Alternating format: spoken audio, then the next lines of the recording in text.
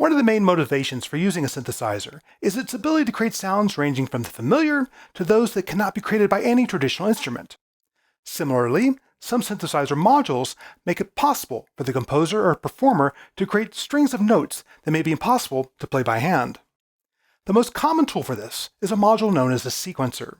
For those unfamiliar with them, a sequencer has a number of steps that can be adjusted to represent individual notes, but also other information such as loudness, articulation, or timbre of the note.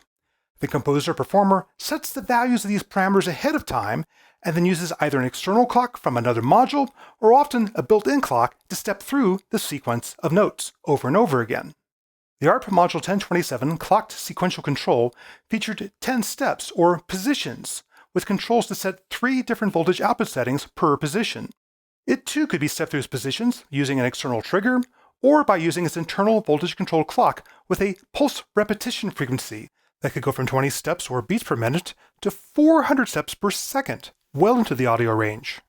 In addition to outputting the 3 voltages associated with each position, the 1027 could also send a gate signal as each new note was started.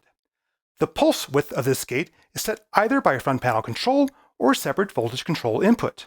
When this gate signal is patched to an envelope generator, the pulse width determines how long the envelope is held at its sustain phase. It's set as a percentage of the note's overall duration, from staccato to tenuto. Since the voltage-controlled parameter rows of the module 1027 could be patched back to its own voltage-controlled clock rate and pulse width, the composer had considerable control over the duration and articulation of each individual notes in the sequence. It's amazing to think that the module 1027 could do all this with essentially transistor-based technology, compared to the microprocessors that control most sequencers today.